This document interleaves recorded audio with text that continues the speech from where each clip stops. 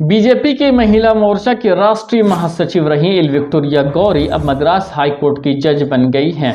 उन्होंने हंगामे और विरोध के बीच शपथ ली है।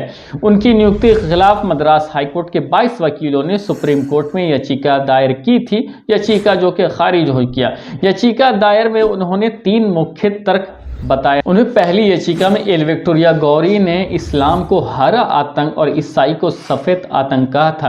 तरीक़े का बयान संविधान के खिलाफ होता है। दूसरा जो तर्क दिया गया था, एल विक्टोरिया गौरी महिला मोर्चा के राष्ट्रीय महासचिव रही हैं बीजेपी के, और ऐसे में उनकी नियुक्ति से हो सकता है कि न्यायपालिका की निष्पक्षता पर सवाल खड़ा होगा।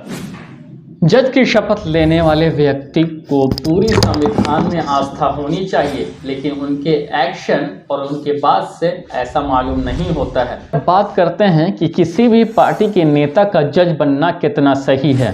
नैतिकता के लिहाज से जजों को राजनीति से दूर रहना चाहिए। कानूनी पहलुओं को देखा जाए तो जज बनने के बाद कोई भी जज पार्टी का मेंबर नहीं रह सकता है, इसलिए उन्हें जज बनने से पहले पार्टी के जितने सारे पद पे हैं उससे त्यागपत्र देना होता है। जजों को राजनीति से जुड़ा विवाद पुरानी बात है। जजों को रिटायरमेंट होने के बाद पॉलिटिक्स ज्वाइन करने पर भी सवाल खड़ा होते रहे हैं।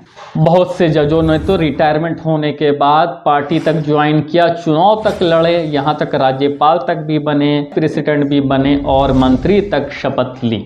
अगर बात की जाए कि न्यायपालिका में पॉलिटिक्स का दखल देना कितना सही है, तो सरकार का न्यायपालिका में हस्तक्षेप नहीं होना चाहिए। संविधान के तहत भी न्यायपालिका की आज़ादी सबसे अहम है, इसलिए संविधान के आर्टिकल 50 न्यायपालिका और सरकार के बीच दूरी होने की बात कही गई है।